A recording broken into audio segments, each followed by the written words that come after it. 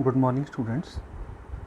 आज आपकी social science सामाजिक विज्ञान की, जिसमें राष्ट्रीय विज्ञान के वर्कशीट नंबर 2 आई है, जिसके अंदर भारतीय संविधान के एक पार्ट के बारे में हम और बात करेंगे।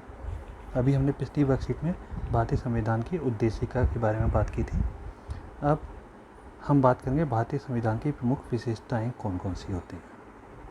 तो भारत के संविधान की जो प्रमुख विशेषताएं हैं, सबसे पहली संघवाद। संघवाद क्या होता है कि जब किसी देश में शासन की ऐसी प्रणाली हो जहाँ पर शासन को 2 या 2 से ज़्यादा स्तर पर बांटा गया हो, तो वो संघवाद कहलाता है। दूसरा, संसदीय शासन प्रणाली। संसदीय शासन प्रणाली क्या होती है? किसी भी देश के अंदर संसद सर्वोपरि होती है। लोग अपने सांसदों को चुनते हैं और उन्हीं के द्वारा प्रधानमंत्री और राष्ट्रपति चुने जाते हैं।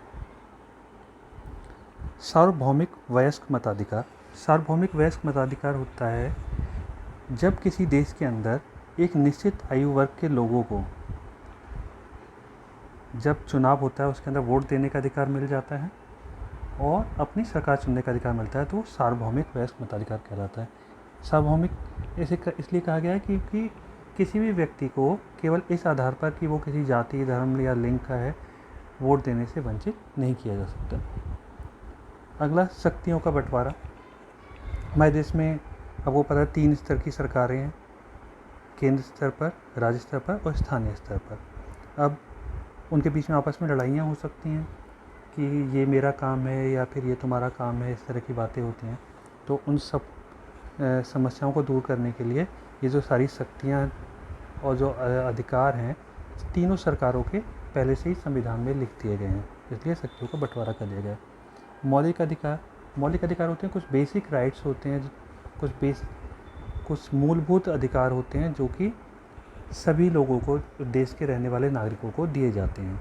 तो ये वो मौलिक अधिकार हैं। हमारे देश में टोटल 6 मौलिक अधिकार हैं, जिनके बारे में हम अभी आगे बात करेंगे। धर्मनिरपेक्षता, इसके बारे में हमने पहले भी बात की पिछली वर्कशीट में। धर्मनिरपेक्षता का मतलब है कि जो राज्य है या देश है उसका अपना कोई धर्म नहीं होगा और वो दूसरे लोगों को पूरी स्वतंत्रता देता है वो कि वो अपने धर्म को के हिसाब से उपासना कर सकें, उसका प्रचार प्रसार कर सकें। किसी भी धर्म के आधार पर उनके साथ असमानता का बर्ताव नहीं किया जाएगा। अब इसके अंदर कुछ बातें दे रखी हैं, ये आपको खुद, ये जो मैंने आपको समझाया उन सबको पॉइंट्स को दे भी रखा है, लेकिन साथ ही उनके साथ एक प्रश्न दे रखा है कि आप कैसे पहचानेंगे कि ये भारत में भी है। जैसे संघवाद। क्या भारत में संघवाद है? हाँ जी, बिल्कुल भारत में संघवाद है। अपने उत्तर के पक्ष में तर्क दीजिए। भारत में संघवाद है क्योंकि भारत के अंदर 3 स्तर पर शासन होता है और उन सभी के अपने अपने अधिकार और कर्तव्य हैं। अब संसदीय शासन प्रणाली। क्या भारत में संसदीय शासन प्रणाली है? बिल्कुल, भारत के अंदर संसदीय प्रणाली है। पक्ष में तर्क क्या है कि हमारे देश में संसद सर्वोपरि है और वयस्कों के द्वारा जब अपने सांसदों का चुनाव किया जाता है, फिर वही लोग अपने राष्ट्रपति और प्रधानमंत्री का चुनाव करते हैं। सिंपल। आगे, सार्वभौमिक वयस्क मताधिकार क्या हमारे देश में है? यदि हाँ, तो भारत में सार्वभौमिक वयस्क मताधिकार की आयु कितनी है का ये हटा दीजिए, की आयु कितनी है। हाँ, भारत में सार्वभौमिक वयस्क मताधिकार है। भारत में सार्वभौमिक वयस्क मताधिकार की जो आयु है वो 18 वर्ष है। अगला, पता लगाइए क्या भारत में संविधान द्वारा शक्तियों का बंटवारा किया गया है? हाँ, भारत में संविधान द्वारा शक्तियों का बंटवारा किया गया है। यदि हाँ, तो इन शक्तियों का बंटवारा किस प्रकार किया गया है? अब हम इसकी बात करें। जो यहाँ पर शक्तियों का बंटवारा किया गया है वो 3 स्तर पर किया गया है। पहला, राज्य, केंद्र सूची है, एक राज्य सूची है और तीसरी समवर्ती सूची है। इन 3 में किया है।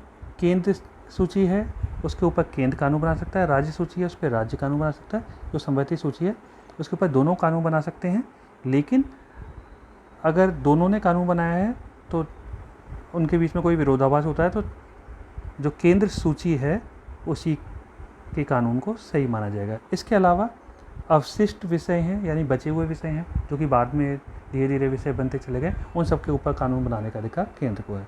तो इन शक्तियों का बंटवारा कैसे किया गया है? 3 स्तर पे किया गया है। एक है केंद्र सूची, दूसरी है राज्य सूची और तीसरी समवर्ती सूची के आधार पर बंटवारा किया गया है। पता लगाइए क्या भारत में संविधान अपने नागरिकों के मौलिक अधिकार प्रदान करता है? हाँ, भारत में संविधान अपने नागरिकों को मौलिक अधिकार प्रदान करता है। ये मौलिक अधिकार कौन कौन से हैं, ये हमारे को पता लगाना है। ये देखिए, ये हैं 6 जो मौलिक अधिकार जिनकी मैं बात कर रहा था। पहला अधिकार समानता का अधिकार, स्वतंत्रता का अधिकार, शोषण के विरुद्ध अधिकार, धार्मिक स्वतंत्रता का अधिकार, संस्कृति और शिक्षा संबंधी अधिकार और संवैधानिक उपचारों का अधिकार। तो ये टोटल 6 अधिकार हैं जो कि हमारे को संविधान के द्वारा मिले हुए हैं। अब धर्मनिरपेक्षता, पता लगाइए क्या भारत में धर्मनिरपेक्षता का पालन किया जाता है? हाँ, भारत में धर्मनिरपेक्षता का पालन किया जाता है। अपने उत्तर के पक्ष में तर्क दीजिए। क्योंकि भारत देश का अपना कोई राष्ट्रीय धर्म नहीं है और सभी लोगों के धर्म, अपने जो धर्म के आधार पर पूजा पाठ करने की, उपासना करने की और उसका प्रचार प्रसार करने की स्वतंत्रता है। इस प्रकार हम कह सकते हैं कि भारत के अंदर धर्मनिरपेक्षता का पालन किया जाता है। अब सभी आप इन प्रश्नों का उत्तर कॉपी में करेंगे और इस काम को करके ग्रुप में भेजेंगे।